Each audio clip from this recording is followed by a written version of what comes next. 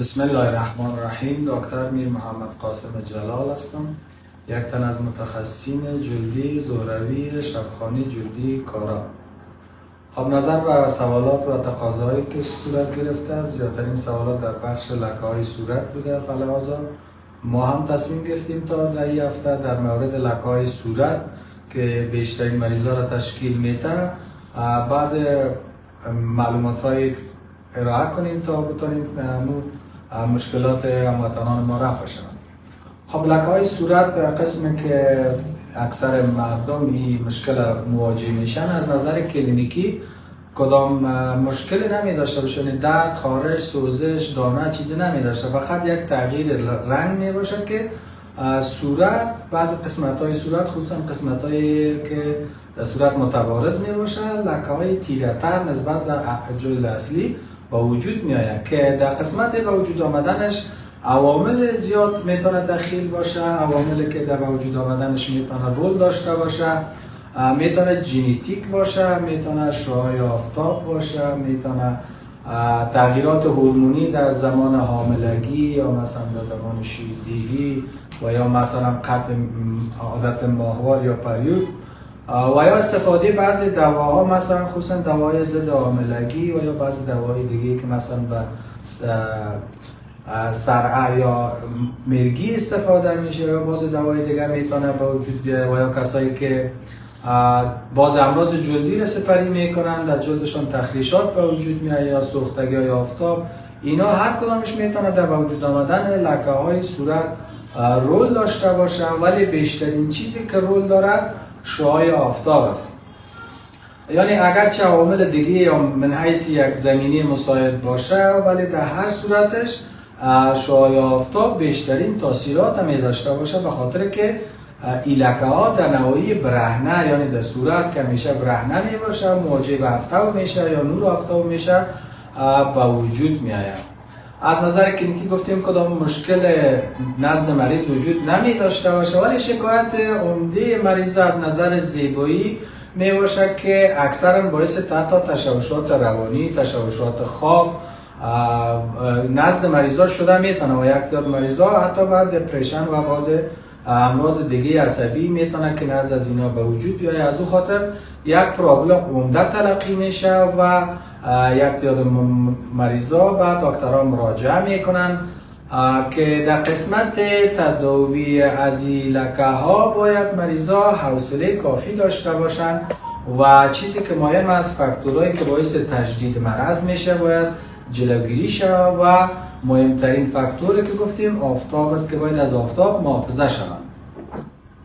در قسمت از این که چه قسم از آفتاب خودم محافظه کنن، خب باز پوینت هایی است که باید همیشه هموطنان ما مد نظر داشته باشن. اول در قسمت محافظه آفتاب باید گفت که در ساعاتی که آفتاب شدتش زیاد می باشه، یعنی از 10 بجه تا 2 بجه، کوشش شود که در صورت امکان مواجه به شعاع آفتاب نشن. یعنی مثلا اگر از کالاشویی می داشته باشن یا مثلا بازار به خرید میرن، در این تایم 10 تا 2 نرن، میتونن صبح برن، میتونن دیگر برن و از بعضی چیزهای محافظوی مثل چتری یا کلاه یا هر چیزی که باشه میتونن استفاده کنن، در سایه گردش کنن و یا اگر مکتب میرن یا پانتون میرن یا وظیفه میرن باید از سایه استفاده کنن، چتری همیشه پیششون باشه. و دیگه باید گفت که خب اینجا یک از هموطنان ما سوال کردن که در کدام فصل لکه ها سیاتر پیدا میشه. خب همونطور که ما گفتیم که شعاع آفتاب در این زیاد رول داره، پس معلوم است که شعاع آفتاب در موسم تابستان شدتش بعد اعظمی می باشه و از طرف دیگر روزا دراز می باشه، یعنی مقدار ساعاتی که مواجه با شعاع آفتاب می شوند در تابستان زیادتر می باشه و شدت آفتاب زیادتر میشه. پس در موسم تابستان و بهار تاثیرات شعاع آفتاب باعث تجدید لکه و شدت لکه نزد مریضا شده میتونه، که به مو خاطر ما شما گفتیم که باید از آفتاب اینا خدا باید محافظت کنن، از مواد محافظتی باید استفاده کنن. خب بر علاوه که از مواد محافظوی استفاده میکنن، مثلا چتری یا کلاه یا سایه استفاده میکنن، کوشش کنن همیشه از ضد افتو استفاده کنن، یعنی رویشون به ضد افتو نباشه. حتی در خانم که می باشن باید کریم ضد افتو به صورت منظم روزی اقلا 2 مرتبه و یا 3 مرتبه، و اگر در بیرون می باشن حتی تا روز 4 دفعه هم، یعنی هر 2 ساعت بعد 3 ساعت بعد باید ضد افتو تجدید شود. اگر مثلا با دستمال پاک میکنن باید پس دوباره استفاده شود. اگر جای سفر می داشته باشن، میمان می باشن، باید ضد افتو همیشه در بکسشون یا همراهشون باشه تا اگر ضد افتو استفاده نکنن باز میتونه دمی 1 روز 2 روز هم میتونه که باعث ایجاد لکه ها نزد مریضا شود، خصوصا کسایی که جلدشون حساس و از نظر ژنتیک به آفتاب حساس می باشه. خب بعضی هموطنان ما سوال کردن که لکه ها چند نوع می باشه. خب در قسمت انواع لکه ها انواع زیاد داره، ولی زیادتر معمولش که می باشه 2 نوع زیادتر معمول می باشه که یکی لکه های به شکل تاپه های بزرگ می باشه یا لکه های بزرگ می باشه که زیادتر کومه ها روی بینی و پیشانی را در بر می گیره، و یکی لکه های کوچک کوچک به اندازه ماش می باشه که اینا رو به نام ککمک یا مگسک اینا به این آنها یاد میشه. تاپه هایی که به شکل بزرگ به وجود میاد اکثرا در دوره طفولیت وجود نداره، یعنی بعد از بلوغ از اثر تغییرات هورمونی و مواجه شدن با شعاع آفتاب به وجود میاد، مخصوصا در زمان حاملگی. از اون خاطر به نام ماسک حاملگی هم یاد میگیرن. ولی لکه هایی که به شکل کوچک و خرد بالای بینی و 2 طرف بینی به وجود میاد واسطاست تا منتشر میشه و تمام صورت میگیره، این را به نام افیلیت یا فریکل یاد میکنن که در این زیادتر ژنتیک رول داشته می باشه، یعنی از پدر یا مادر به شکل ارثی مشکل میگیرن و جلدشان به شکل دامدار با آفتاب حساس می باشه.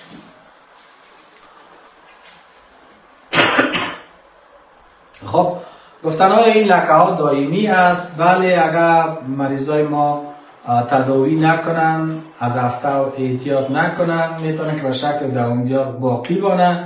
ولی اگر اینا تداوی کنن و از افتو محافظت و مواظبت کنن، در این صورت باز میشه که تداوی شه، ولی تداویش در حدود 3 تا 6 ماه وقت برداره، یعنی در 1 ماه کفایت نمیکنه، کم میشه. ولی بهتر است که 3 تا 6 ماه منظم تداوی خود منظم ادامه بدن و بعد از این که لکه ها پاک میشن باید ضد افتو و همیشه تا زمان که حیات دارن باید ضد افتو استفاده کنن. خب بعضی ها پرسان کردن چرا لکه ها به وجود میآیند. خب این قبلا هم گفتیم، اسبابش گفتیم، فاکتورایی که باعث تشدیدش میشه گفتیم، بازم تکرارا برشان میگیم که اینا بعضا میتونه که ارثیت در وجود آمدنش رول داشته باشه، دیگه میتونه که از اثر تخریش و یا سوختگی جلد و یا بعض امراض جلدی میتونه به وجود بیاید، و یا گرفتن بعض دوا، مثلا دوای ضد حاملگی یا باز دوای دیگه میتونه در وجود آمدنش رول داشته باشه، و یا تغییرات هورمونی مثلا در زمان حاملگی میتونه این لکه ها به وجود بیاید، و یا کمبود بعضی ویتامین ها مثلا کمبود آهن یا کمخونی هم میتونه در وجود آمدنش دخیل باشه.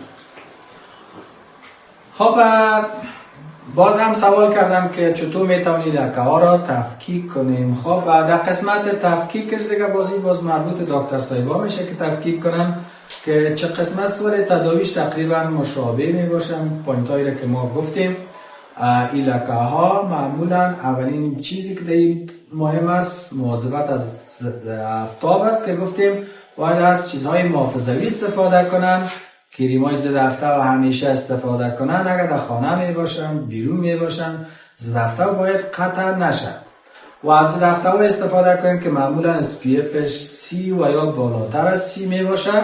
و انتخاب ضد افتو بهترش است که باید به مشوره دکتر صاحبای جلدی صورت بگیره تا مطابق امو جلد که می داشته باشن از ضد افتو توصیه شده. باز میتونن که او ضد افتو به شکل دوامدارش استفاده کنن، به خاطر که باز هموطنان ما هست که مثلا جلدایشان چرب است یعنی جوانی دانه دارن. اگر از کریمای ضد افتو که مرطوب کننده داره استفاده کنن، در این صورت باز جوانی دانه زیاد میشه. از اون خاطر باید ضدای افتو استفاده کنن که چرب نباشه یا نان کومیدونوژنیک باشه یا نان آیلی یا نان گریسی باشه، یعنی باعث تجدید جوانی دانه نشه. برعکسش کسایی که جلدشون خشک است کوشش شو از کریمای ضد آفتاب استفاده کنه که در ترکیبش مرطوب کننده یا مویسچرایزر وجود داشته باشه. خب وطندار دیگه ما پرسان کردن که من در برجاخشان هستم و در روی بینیم لکه های وجود داره که چی تداوی داره. خب انشاءالله پوینت های تداوی که ما اینجا یادآوری میکنیم مد نظر بگیرم، انشاءالله مشکلشان حل میشه. خب در قسمت تداویش گفتیم، باز تکرار میکنیم که اولی که باید از چیزهای محافظتی استفاده کنن، کریم ضد آفتاب استفاده کنن. و در قسمت تداوی اصلیش که باید بگوییم، تداوی اصلیش توسط دکتر صاحبا صورت میگیره. هیچگاه کریمای خودسرانه از دواخانه ها استفاده نکنن، خصوصا کسایی که به شکل دوامدار بعضی کریما را استفاده میکنن.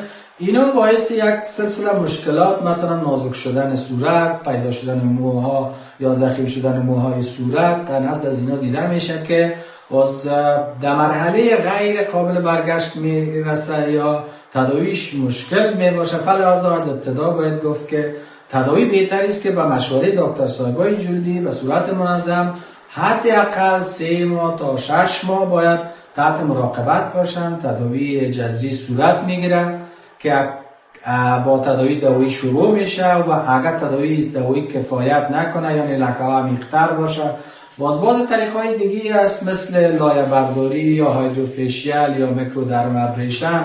از این طریقه استفاده میشه و یا در صورت که ککمک باشه میشه که از لایزر استفاده شود. ولی در هر صورتش 3 تا 6 ماه وقت کار داره تا و صورت منظم تداوی صورت بگیره. و همشری دیگه ما پرسان کردن که لکه های قوایی داریم، آیا تداویش صورت میگیره؟ اگر میگیره چقدر وقت در بر میگیره؟ خب لکه های قوایی همون مقصدش ککمک شاید باشه که در قسمت بینی و دو طرف بینی به وجود میاد که ارسیت در اینا رول داره، یعنی به شکل ارسی جلد از اینا دفته و حساس هستن. هدف تداوی این است که مثلا اگر تداوی کنن لکه ها پاک میشه دوباره پیدا نمیشه. هدف تداوی است که لکه ها پاک شود، ولی به خاطر از اینکه باز دوباره پیدا نشه باز ضرور است که باید همیشه از آفتاب محافظت کنن و از آفتاب همیشه استفاده کنن تا تداویشون به شکل دوامدار باقی بمونه. خب در قسمت تداوی باز هم تکرار میاییم که گفتیم که در صورت که لکه ها سطحی باشه تداوی دارویی صورت میگیره. اگر لکه ها عمیق‌تر باشه باز میتونیم که از طریق‌های یا پروسیجرهای جلدی مثل میکرودرم ابریشن، هایدروفیشیال یا مثلا لایزر یا لایه برداری از این طریقه استفاده کنیم که هر کدامش معمولا ماه 1 دفعه میشه، اقلا 3 یا 4 دفعه میشه. وقت لکه ها پاک شد باز بعد از او باز توصیه های از طرف دکتر صاحبا صورت میگیره. باز توصیه های صورت میگیره که معمولا باعث از این میشه که این لکه ها پاک شد، ولی به شکل دوامدار باز باید ضد آفتاب خود استفاده کنه. خب یکی از هموطنان پرسان کرده کدام کریم به لکه ها استفاده کنم. خب من پیشتر به شما توصیه کردم که شما فقط اگر خودتان به تنهایی میتونید تصمیم بگیرید شما تنها میتونید کریم ضد آفتاب دوامدار استفاده کنید. ولی در قسمت تداویش پیشتر گفتیم باز میگیم که کریمای سرخود استفاده نکنید، باعث مشکلات در صورت به وجود میاد و بهتر است که به مشوره دکتر صاحبای جلدی هر جایی که باشین، اگر در ولایتتان باشین کوشش کنین در نزدیکترین دکتر جلدی مراجعه کنین. انشالله دوایی لازم بر شما توصیه میشه. 3 تا 6 ماه تداویتون ادامه بدین. لکه‌هایتون که پاک شد بعد از شما محافظت کنین که دوباره پیدا نشه. خب باز همشریان ما پرسان کرد از لکه‌های جوانی دانه زیاد رنگ میبرم چی کار کنم؟ خب در قسمت لکه ها پیشتر گفتیم که عوامل زیاد داره. یکی از عواملش گفتیم که باز مشکلات خود جلدی در سطح جلد باعث لکه های صورت میشه که از جمله یکی هم جوانی دانه است که اکثرا خصوصا جوانی دانه اگر به شکل شدیدش به وجود بیاد باعث یک تعداد لکه ها و داغ ها در صورت باقی میمانه که به شکل خب لکه هایی که باقی میمانه ممکن یک چند ماهی دوام کنه پس دوباره از بین میره، ولی داغ ها یا فرو رفتگی هایی که باقی میمانه بازی به شکل دوامدار میمانه. ولی اگر بخواید که شما او را کاهش بدید باز پروسیجرها به خاطر از او اجرا میشه، مثلا لایزر میشه یا لایه برداری میشه یا مثلا میکرونیدلینگ میشه که از این طریقا کاهش اسکارهای جوانیدانه میتونه کمک کنه. خب دیگه همشبی ما سوال کردم که من 19 ساله هستم و از جوش صورت رنج میبرم. خب جوش صورت مقصدشان همون جوانیدانه یا اکنه است که در جلدهای چرب بعد از بلوغ زیادتر به وجود میاد، چون اینا اکثرا بازارخوری یا چیزای چرب و شیرین زیاد میخورن، در نزد از اینا زیادتر دیده میشه، خصوصا فاست فود زیادتر میخورن، چیزایی که قندی زیاد میباشه، مثلا چپس، برگر یا مثلا کاکائو، چاکلیت و یا بعضی مغزیات مثل جلغوزه یا مثلا خستگک که از اینا استفاده میکنه.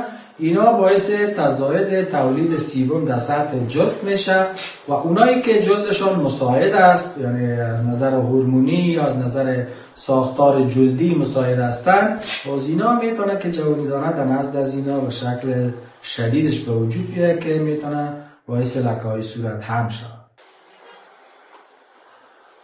خب بعضی ما پرسان کردن در وقت تکلیف ماهوار لکه های هم زیاد میشه. خب یک چیزی که مهم است که در زمان پریود معمولا چون تغییرات هورمونی به وجود می آید، این تغییرات هورمونی بیشتر گفتیم یکی از اسباب لکه های صورت تغییرات هورمونی است. مثلا در زمان حاملگی به این شکل در پریود هم چون فشار مریض ناراحت می باشه، ناراحتی ها یکی از اسباب دیگه میشه که باعث تشدید لکه های صورت شود. و چیزی که زیاد مهم است باید شما مد نظر بگیرید، داخل باید گفت که شما هیچگاه تداوی خود سرانه نکنید. کریمایی که توسط بعضی دواخانه ها به خاطر استفاده میشه کوشش کنید کمتر استفاده شود و بهتر است که شما مشوره دکتر داشته باشید و در مجموع شما حداقل 3 تا 6 ماه باید حوصله داشته باشید تا تداویتان نتیجه بده. خب بازم سوال کردم که از دوران حاملگی لکه ها تا هنوز باقی مانده و جور نشده.